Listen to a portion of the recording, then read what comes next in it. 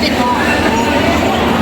Arjo, forward! Sabi ko nga, tagal na nang may lulong ko ng buong kung saan diba, we're given the privilege to go to festivals, and finally, after almost a year, dito. So, and actually, I think it's fun that we create yung sa tulong sa Arjo, hindi po lang kasi hindi ko nga napansin, sabi ko, 18 days namin, director ko nag-usapan namin kanina, 18 days na nag-buwan tayo magkasama, pero kasi eventually, it's just one fun, bulong ko, narinig nila sa Julia, tapos bulong ko, tuloy lahat ng eksena, and open legs, so talagang sobrang makatrabaho lahat ng mga Wala nga nangyari kayo sa set dapat kasi sobrang hati. Siguro yun yung mga masarap na katrabaho and masarap na project. Ulit-ulitin niya kasi hindi mo mapipil yung pagod whenever init man yung set dahil nga warehouse ang setup namin.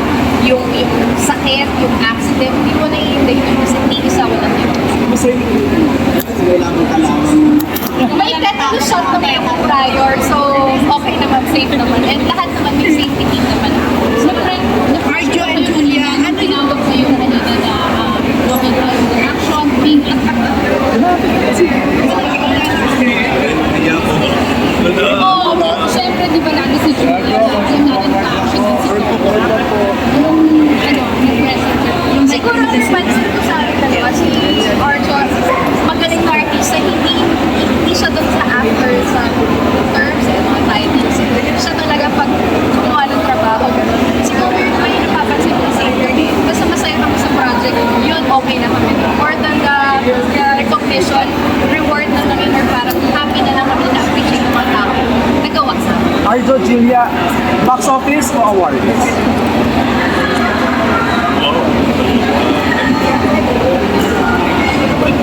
More work! More! Mas na kami sa more work. just thinking, sabi ko, katulad ng pressure, wala eh, everything we're just hindi ko enjoying. Ginawa na namin lahat. We were promoting, umikot na kami. We gave our all in the field towards action. Nagkataon yung sugat the next day. Everyone worked so hard. So definitely, gave all reasons na sana mas magkakaroon talaga ng specialists coming in from MMFF. And definitely something na benefit nito.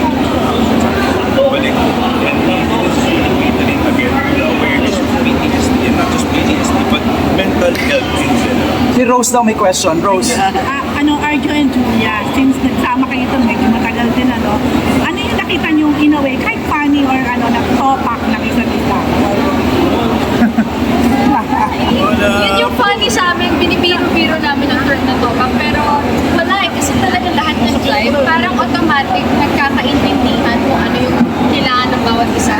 So minsan kapag may inaantok na, andyan lang papatawa yung isa sa grupo namin. So automatic yun, mabubuhay na kami lahat. Pag may pagod na, mag-aano yung isa. So walang ganun nangyari. So very smooth. Very smooth sailing po talaga yun. So sabi ko nga kanina, ni Paolo and John, looking forward to working the next year again.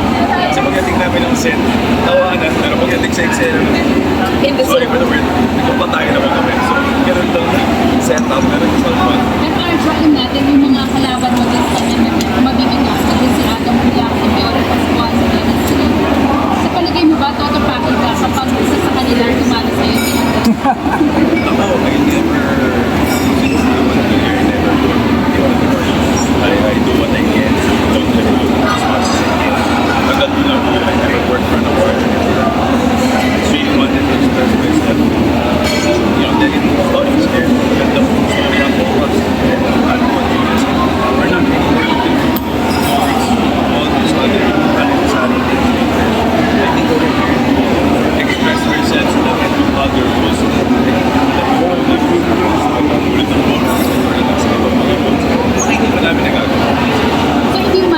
kasi from last year, nakatatlo tayo. Parang, ano na yun, parang isang malaking blessing na siya. Kamusta ang bonding mo sa mama mo? Naging parang pamilya ba? Naging parang magkakapatid ba? Honestly, kasi yung kwento ko sa si Arjo lang talaga yung nakasama ko. And parang reunion din namin kasi ibang mundo na rin yung ginagawa ni Arjo. Yes. Diba, gets naman natin na may iba rin siyang trabaho. Okay. So ngayon, hindi kami nagkakasama outside work. pero I'm glad that sa trabaho, yung pagkakaibigan na naiwan namin, dire-diretso lang. Hindi na mabago. Hindi nagbabago. Malapit na kayo sa few days from now Christmas, pati sa plan for this coming Christmas. I'm bringing my family to Spain for my vacation. Bakit sa Spain na napili niyo po ba? May, kasi nandun si Kuya sa Europe. Ay, oh, yes, Diba, yes, para yes. magkakasama kami. Para buo kami ngayong Pasko. Ang huli namin pagsasama ng kumpleto kami was 5 years ago. So, ngayon, it's our time. Kapatid niyo? First action film.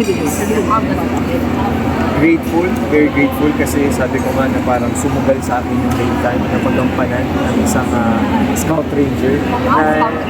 So parang ang sarap lang na yung mission ko na to show the people, to show my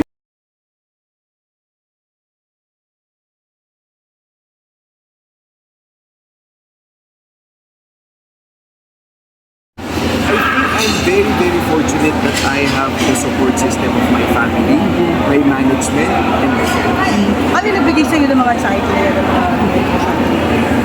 Mga pangamba sa buhay. Alam nyo na yan, di ba? May mga so, di ba? And I'm happy that people around me are very respectful. When I needed time, they gave me time. So ano yung based on that experience, ano yung pwede mo ibigay sa mga taong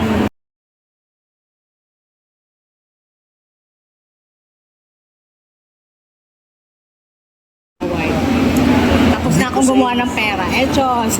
Hindi naman award, pero yung inspirasyon ko na sana makita ng audience ko, makita ninyo sa press, at makita noong ng management kung kanino ako nagtatrabaho na, ay, pag binigyan mo ng trabaho si Enzo, gagawin niya. Yun lang yung gusto kong ihatid na mensahe. Because I'm ready to work and I love to work. And Chong, coming from yung last year ba yun? Ay, hindi, last year. Of course, yung ano mo, character. Ito Yes. naman active. So, anong yun? I'm very grateful kasi nga nakikita ng mga producers, yun lang naman talaga tayo, di ba? Kapag approve sa producers, may trabaho tayo next year. Yun. Thank you. Maraming salamat. And Chong, picture lang